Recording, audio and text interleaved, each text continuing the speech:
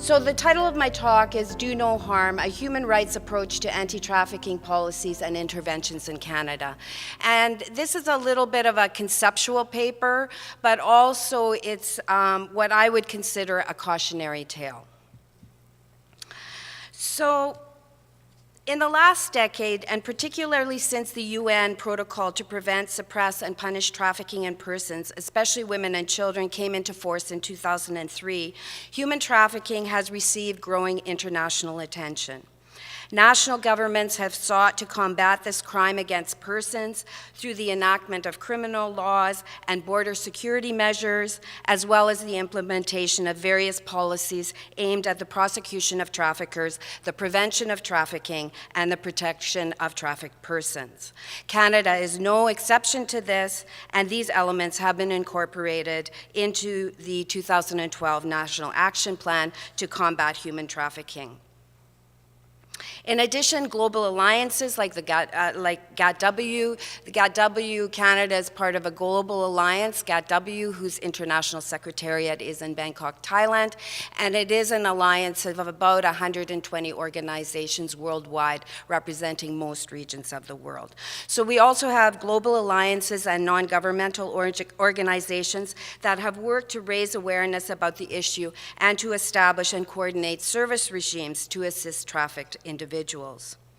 When I began this work, when GAATW Canada was founded in 1996, before all of these initiatives were implemented, I was really idealistic. But at the same time, my work and that of my international colleagues in GAATW continued to be guided by certain fundamental values. Coming from a human rights-based approach, I and my colleagues saw and continue to see anti-trafficking work as centered on supporting and assisting people who have experienced particular human rights violations or crimes against the person: deception, coercion, forced labor, and servitude. Secondly, this work as being also focused on being attentive to the stories and the complexities of transnational, regional, and domestic routes into multiple sites, including sex work. Thirdly, as this work really respecting the capacity of women or trafficked persons to define their own experience, rather than having them be defined by me, state officials, or NGOs, as for example, being de facto as victims or in worst case, cast as sex slaves, an unacceptable and stigmatizing term in my estimation.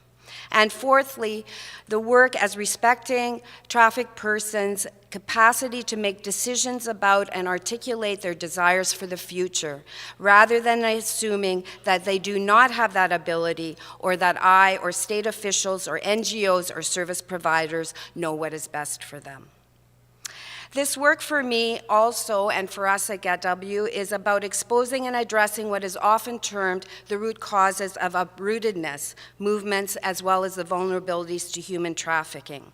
The destructive forces of neoliberalism, globalization, colonialism, and neocolonialism, which have led to the destruction of livelihoods and ecological integrity, rising levels of poverty in much of the world, a crisis of displacement and human insecurity, and deepening inequalities within nations and between nations, as in the global south and global north, or the presence of the third and even the fourth world in the rich first world. Political instability, internal and civil strife, war, militarization, conflict also serves as the context in which the supply of a uprooted and displaced population is created.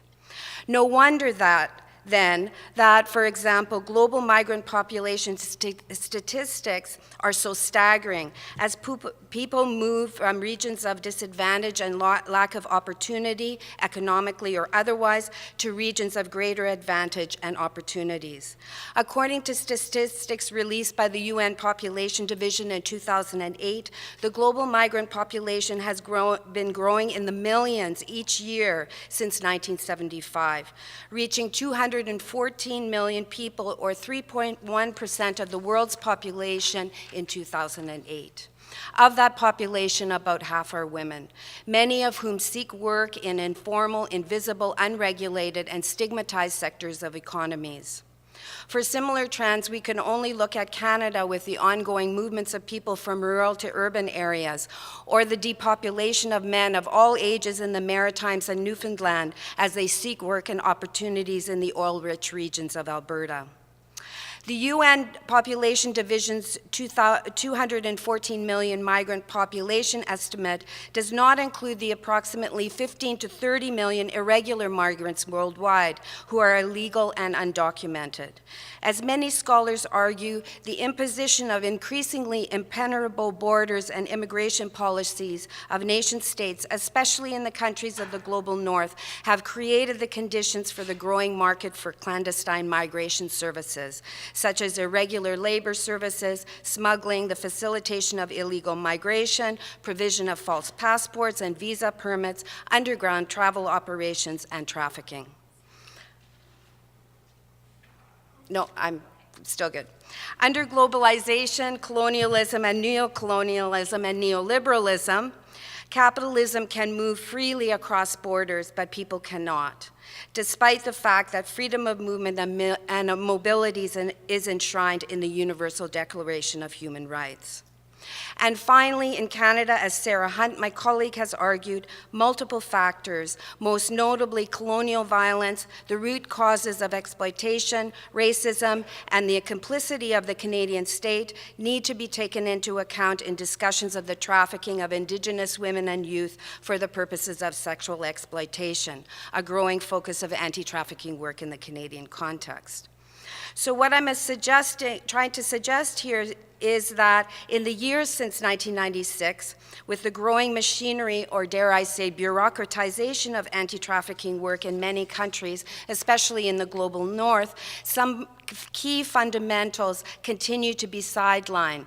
Respect for human dignity and the capacities of the exploited and the wronged, and the taken for granted systems, structures, and ideologies that prohibit human dignity and potential for becoming realized, especially amongst the vulnerable, the marginalized, and stigmatized populations. Now I get to my frame. So do no harm frameworks and principles. Having said all of this as context, my talk focuses on what sometimes is called do no harm as a guiding principle when developing anti-trafficking policies, measures, strategies, and campaigns. A principle that I actually did not see incorporated in the 2012 Canadian National Action Plan. What do no harm entails is that ends do not justify the means in the effort to combat human trafficking. Rather, the principle requires that governments, enforcement, and NGOs seriously consider the possible harmful impacts of particular anti-trafficking strategies, interventions, and campaigns. This includes harmful consequences on the safety and rights of those who are meant to benefit from particular anti-trafficking measures, and those who, by virtue of being marginalized, vulnerable, or stigmatized, are caught in the web of effects. In 2002, and this is a reversal, I'll talk about the UN High Commissioner for Human Rights. In 2002, the UN High Commissioner for Human Rights, in her recommended principles and guidelines on human rights and human trafficking, stressed that, quote, the rights of trafficked persons shall be at the center of all efforts to prevent and combat trafficking, and that anti-trafficking measures shall not adversely affect the human rights and dignity of persons, in particularly the rights of those who have been trafficked and of migrants, internally displaced persons, refugees, and asylum seekers.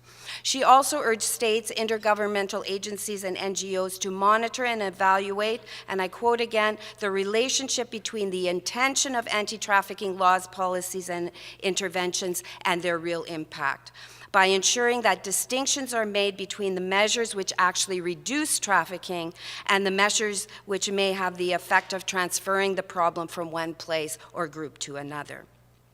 In 2007, GAATW, who's took this one step further in a publication called Collateral Damage, The Impact of Anti-Trafficking Measures on Human Rights Around the World.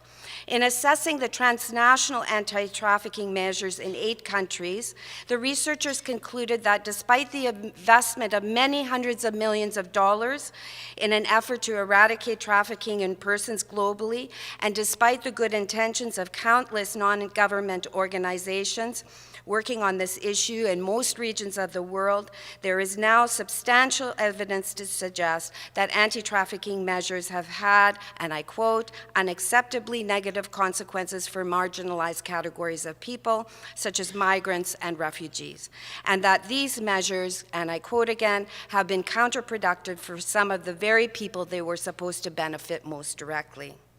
The researchers also outlined a number of principles for limiting the unacceptable side effects of anti-trafficking measures, often implemented in the name of protection of presumably at-risk groups. For example, and I give one example, governments in some sending countries in, for example, South Asia and Southeast Asia have responded to the issue of trafficking by implementing strategies to curb or prevent women's cross-border movements in the name of protecting them from potential abuse and exploitation. Such a conflation of trafficking with migration, as critics have pointed out, really reinforces the notion that women need to stay at home under the guardianship of the state or male guardians. It's also based on the assumption that reducing or stopping the flow of female labor migration without considering the root causes of cross-border movements will solve the problem of trafficking in women.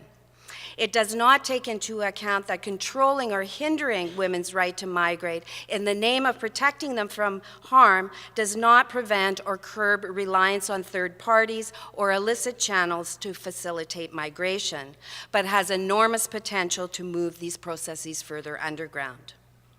While time prohibits me from sharing all of the findings and recommendations contained in the report, I will highlight some of the recommendations as they relate more specifically to the Canadian context and then specifically to the 2010 Vancouver Olympic Games. Statistics. In the last decade, estimates as to the number of persons who are trafficked each year at the global level have varied dramatically, from 600,000 to 4 million to 21 million to 27 million, 80% who are said to be women. It is generally argued that compiling comprehensive and accurate human trafficking statistics is difficult given the clandestine character of the activity, challenges in identifying persons who are affected by trafficking, and the reluctance or inability of trafficked individuals to contact authorities and NGOs. Given such vast discrepancies, some researchers have begun to ask pertinent and critical questions about the compilation and recycling of global and national trafficking statistics. Key questions being asked are, what methodology is being employed? What criteria is being used to determine who constitutes a trafficked person? Who is making that determination? How is trafficking being measured? In part, such vast numerical variations are the result of entrenched ideological differences as to what constitutes human trafficking. Notwithstanding legal definitions that specify that, except in the case of children and youth, threats, coercion, and deception are necessary components of trafficking persons into situations of forced labor and servitude. But there are those who would argue that any woman, men and transgender people don't enter this particular conversation, there are those who argue that any woman who is engaged in the sex trade has been trafficked, based on the notion that prostitution, when it involves women, regardless of how she may define her experience, is itself a form of coercion, violence, and exploitation. In other words, prostitution and trafficking in this conceptualization are conflated, and then logically estimates are much higher than those people who focus mainly on situations of force and coercion. The other question about statistics is statistical estimates are also that are not based on evidence are also used to pursue particular agendas. For example, they can be used to justify police raids of sex trade establishments as an acceptable anti-trafficking measure, or they can be used for rhetorical purposes. For example, unsubstantiated projections about the spike in sex trafficking prior and during mega sporting events that can fuel, for example, racial and gender profiling at border entry points and sensationalist and harmful anti-trafficking awareness campaigns. So one of the key recommendations contained in the collateral damage report emphasizes the importance of taking an evidence-based approach when adopting anti-trafficking measures, and to ensure that the measures taken are both proportionate and appropriate to address the patterns of abuse known to be occurring. Canada's legislative and policy framework. The UN, first I'll talk a bit about the UN Convention. The UN Trafficking Protocol, or rather the protocol, was signed in by Canada in 2000 and came into force in 2003. The definition of human trafficking, which was debated for over a year, refers to three distinct elements: a set of actions that involve in recruiting or moving someone; second, the means by which those actions are carried out, abduction, deception, coercion; and third, a purpose, forced labor, forced services, or servitude. While the trafficking definition is meant to apply to all labor sites or sectors, it is certainly the case that trafficking for the purposes of sexual exploitation has been the main focus and target of anti-trafficking laws, policies, and interventions and campaigns by both state governments and NGOs at the global and national level. As a consequence, until very recently, trafficking in persons into other labor sites, the agricultural sector, factory work, construction industry, domestic service, has been largely ignored or sidelined. Some scholars have argued that this focus on trafficking for the purpose of sexual exploitation has rather conveniently helped to eclipse what is often considered the more mundane and economically justifiable state-sponsored exploitation of migrant people based on the logic of labor market flexibility. During recent GAATW Canada interviews with BC legal and NGO representatives who work directly with migrant workers, participants emphasized that with the general focus on sexual exploitation and anti-trafficking discourses in BC and Canada, the inference is that, quote, sex trafficking is the sole and most odious type of trafficking, or that those persons affected by human trafficking for the purposes of labor exploitation are considered to be or have been cast as second-class victims. This trend, together with what has been described as, and I quote here from a legal person, the growing acceptance amongst policymakers, enforcement officials, and the general public that Canada's immigration system is being systematically defrauded by so-called low-skilled workers has meant that the gravity of labor trafficking has largely been ignored. In addition, as suggested in the collateral damage report, the main emphasis of most governments these days when it comes to migrants is to control and limit migration. And in some cases, the regulatory policies are directly linked to combating human trafficking. And I quote again, indeed, the narrow focus on trafficking seems in many countries to act as a justification for not taking action to end all abuse to which migrant workers in the formal and informal sectors of the economy are subjected. Canada's enforcement measures. Since 2000, the federal government has established a substantial law enforcement measures to detect, prosecute, and punish traffickers. For example, with respect to transnational trafficking, the Immigration and Refugee Protection Act contains provisions for more vigilant border surveillance, harsh penalties for those convicted of smuggling and trafficking, and extended grounds for an enhanced state power of deportation and detention, including the highly controversial provisions that allow for the protective detention of suspected trafficked persons. In strongly critiquing protective detention practices, the Collateral Damage Report calls for the repeal of, and I quote, all legislation and regulations which allow for the detention of people who have been trafficked, whether this is de jure detention by law enforcement agency or de facto detention by an NGO. For example, the question that is being asked here is, why is confinement by traffickers designated as a crime, but confinement by the state or an NGO is designated as protection? Canada's criminal code provisions on trafficking in persons are applicable to both transnational and domestic trafficking and cover various offenses, including recruiting, transporting, harboring a person, or exercising control or influence over the movements of a person for the purpose of exploitation, financially or materially benefiting from exploitation, withholding or destroying documents for the purposes of exploitation. So one could say that under current systems of accountability, and most notably, if you keep up with the U.S. State Department's annual TIP reports, Trafficking in Person reports, which ranks countries of the world each June in terms of their efforts to combat human trafficking, the Canadian government has established as a key priority a significant law enforcement and border control infrastructure, which will continue to expand under the new National Action Plan to combat human trafficking. But it is interesting to note that 90% of the cases that have led to convictions or are in the courts are domestic trafficking cases.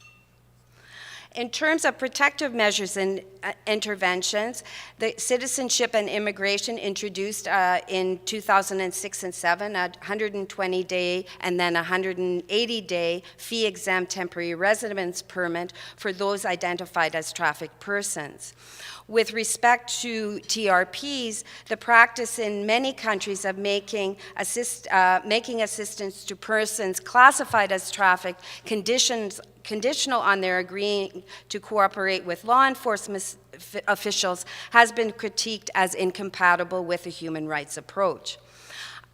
Under Canada's TRP guidelines, it appears that people eligible for a TRP are encouraged but not required to participate in criminal investigations or proceedings.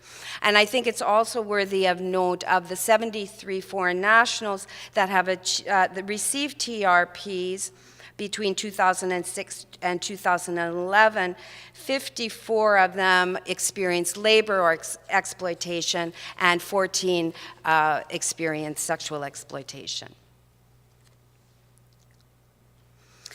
Finally, since 1997, and I've been monitoring this very closely, various enforcement agencies, including RCMP and local police, Citizenship and Immigration, and Canadian Border Services, have conducted periodic raids on massage parlors and other sex trade establishments in cities like Toronto, Vancouver, Calgary, and Edmonton. These raids were justified as operations to root out the operations of transnational organized crime networks and to rescue women in the establishments from forced sexual servitude. They have, however, yielded very mixed results for enforcement, and in some cases have had highly detrimental consequences for women working in the establishments. In 2006, for example, 18 licensed massage parlors in the BC Lower Mainland were raided, all suspected to be connected to the sex trade, organized crime, and human trafficking operations. 200 enforcement officials were involved, with media and NGOs standing by. These raids yielded no trafficked women, as all were Canadian citizens, 78, and permanent residents, 6, and there was no evidence of force or coercion. Nonetheless, the women in the establishments were handcuffed, photographed, and interrogated, their personal possessions confiscated, and their rights to privacy and future work were severely disrupted. Also, the work of NGOs who have been conducting peer-based outreach in massage parlors for many years now in this particular area, their work was also significantly interrupted as they lost the trust of employers and the women themselves. In this case, there is no system of accountability or recourse in place for the women so adversely affected by this particular operation. So we talk a lot about accountability of government to taxpayers. We talk a lot about NGO accountability to donors, the government's accountability to U.S. tip reporting mechanisms. But it seems to me that systems of accountability to human rights impacts of particular anti-trafficking policies and interventions on those who are supposed to benefit from them or are swept up by such initiatives need to be considered much more carefully and seriously. This can be accomplished by a more rigorous application of the principle of do no harm. So on to my case study. Between January and August 2010, GAATW researchers Shauna Paul, Sarah Hunt, and myself conducted a study on human trafficking in the context of the 2010 Vancouver Winter Olympics. We looked at a broad spectrum of sources. We looked at studies that had assessed the connection between human trafficking and previous international sporting events. We did an extensive analysis of the print media. We also we supplemented this with publicly accessible data which documented various public awareness campaigns initiated by NGOs and faith-based organizations. And then we also conducted 61 interviews with federal government representatives, provincial government agencies in BC, law enforcement, immigration, border security personnel in the Lower Mainland and in Vancouver. We talked to local Indigenous organizations. We talked to service provision, outreach, and advocacy organizations that work with youth, sex trade workers, migrant workers. We talked to legal and human rights advocates and academic researchers with expertise on human trafficking. So why the focus on mega sporting events? What are some of the assumptions and evidence in this regard? Since 2004, international sporting events have come under greater scrutiny and have been targeted by some as highly fertile environments for human trafficking for the purpose of sexual exploitation. This is premised on the assertion that traffickers will capitalize on the expected spike in male demand for paid sexual services during such events by trafficking women and youth into the sex industry. Prior to the 2010 Winter Olympics, the 2006 FIFA World Cup in Germany had received the greatest international attention, media coverage, and scholarly analysis. The controversy began with an April 2005 prediction that 40,000 foreign prostitutes would be trafficked into the country to service male sexual demand during the event. Because Germany had officially legalized prostitution in 2002, it was seen as a particularly fertile haven for sex trafficking. According to a number of official reports, the anticipated increase in human trafficking for the purposes of sexual exploitation did not materialize, nor did an increase in demand for paid sexual services. Two reports produced prior to and during the 2006 FIFA World Cup, however, sought to expand the conversation about the connection between the tournament and trafficking. In May 2006, the European Commission's expert group on trafficking in human beings presented a series of recommendations. One, they emphasized the need for facts-based information so as to avoid the fueling of unsubstantiated predictions. Second, the need to make a careful distinction between prostitution and trafficking, presumably in response to some of the international and national public awareness campaigns prior to and during the event. And three, the need to remember that trafficking does not occur for the purpose of sexual exploitation only, but also in many other unregulated segments of the labor market that may be connected to such major sporting events, such as construction, for example, or the hospitality industry. Also in 2006, a Berlin-based organization founded in 1988 that runs a shelter for Southeast Asian women, a counseling center for migrant and trafficked women, and an anti-trafficking coordination center, they circulated a statement in which they presented a number of reasons why the 2006 FIFA World Cup was not a conducive environment for a massive increase in transnational human trafficking for the purpose of forced prostitution. The authors maintain that given the heightened level of security and enhanced enforcement presence in host cities, as well as the substantial investment required to move women across borders, it would be too risky and not cost-effective for traffickers to set up operations for a 4-week period. They also challenged the notion that the influx of male spectators at mega sporting events necessarily resulted in a significant rise in the demand for paid sexual services. They suggested that the priority of fans was, by and large, to watch the tournament. Anecdotal evidence from previous Hallmark events tends to support this claim, but there has been no evidence-based research conducted that has analyzed the fan bases of or measured the often assumed high male sexual demand for paid sexual services during international sporting events.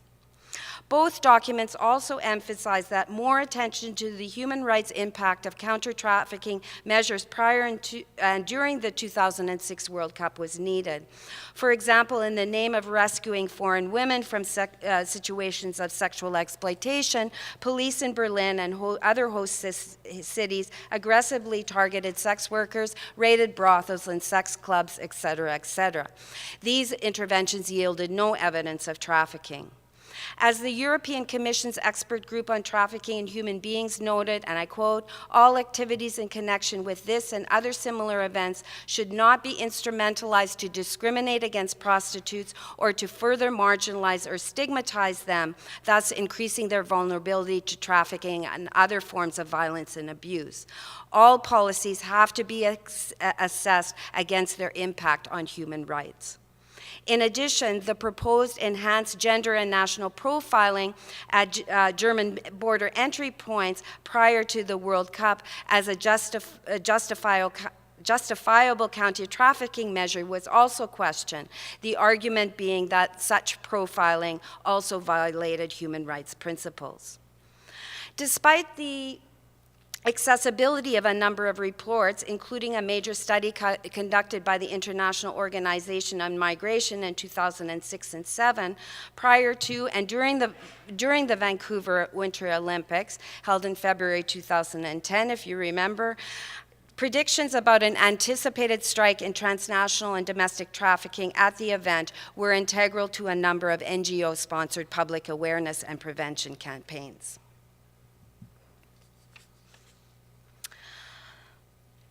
So government initiatives. So NGO discussions about an anticipated jump in transnational and increasingly domestic trafficking for the purposes of sexual exploitation prior to the 2000 Vancouver Olympics began to emerge, interestingly enough, in early June 2006. And this was 1 week before the much scrutinized FIFA World Cup was set to launch, and then continued to intensify in subsequent years. Nonetheless, media reports and interviews indicated that relevant federal and provincial officials and local enforcement personnel remained cautious in making any definitive predictions. Internal intelligence data and available information about the lessons learned and the prevention measures implemented by previous host nations were the main reference points for strategic planning prior to the Games. It was further suggested that tight security measures at the Canadian border, strict passport and visa requirements, and enhanced enforcement presence in Vancouver and Whistler would serve as deterrents to traffickers.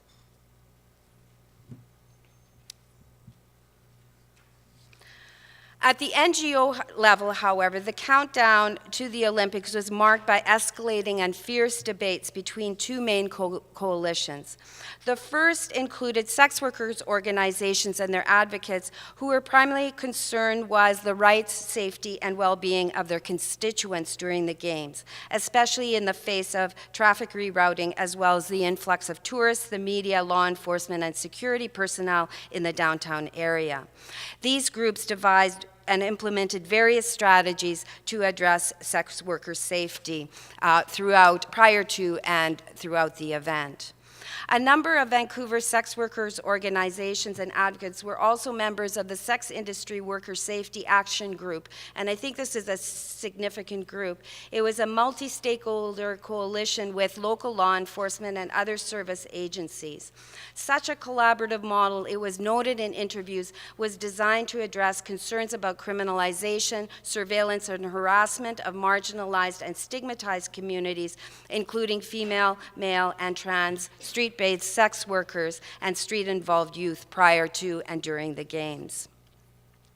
Based on their position that coercion, violence, exploitation are unacceptable in all sectors, interview participants further emphasized that active consultation with sex workers, marginalized local populations, and frontline workers, groups attuned to the everyday on-the-ground realities in all their complexities, should be integral to the development of national and provincial anti-trafficking policies, measures, campaigns in general, and within the context of mega sporting events in particular.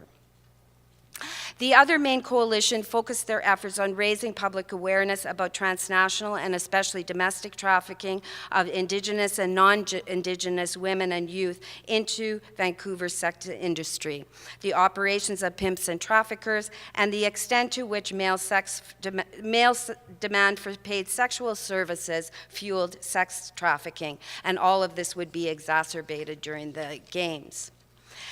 The public awareness campaigns, there were many of them, but probably the most controversial was the Truth Isn't Sexy campaign.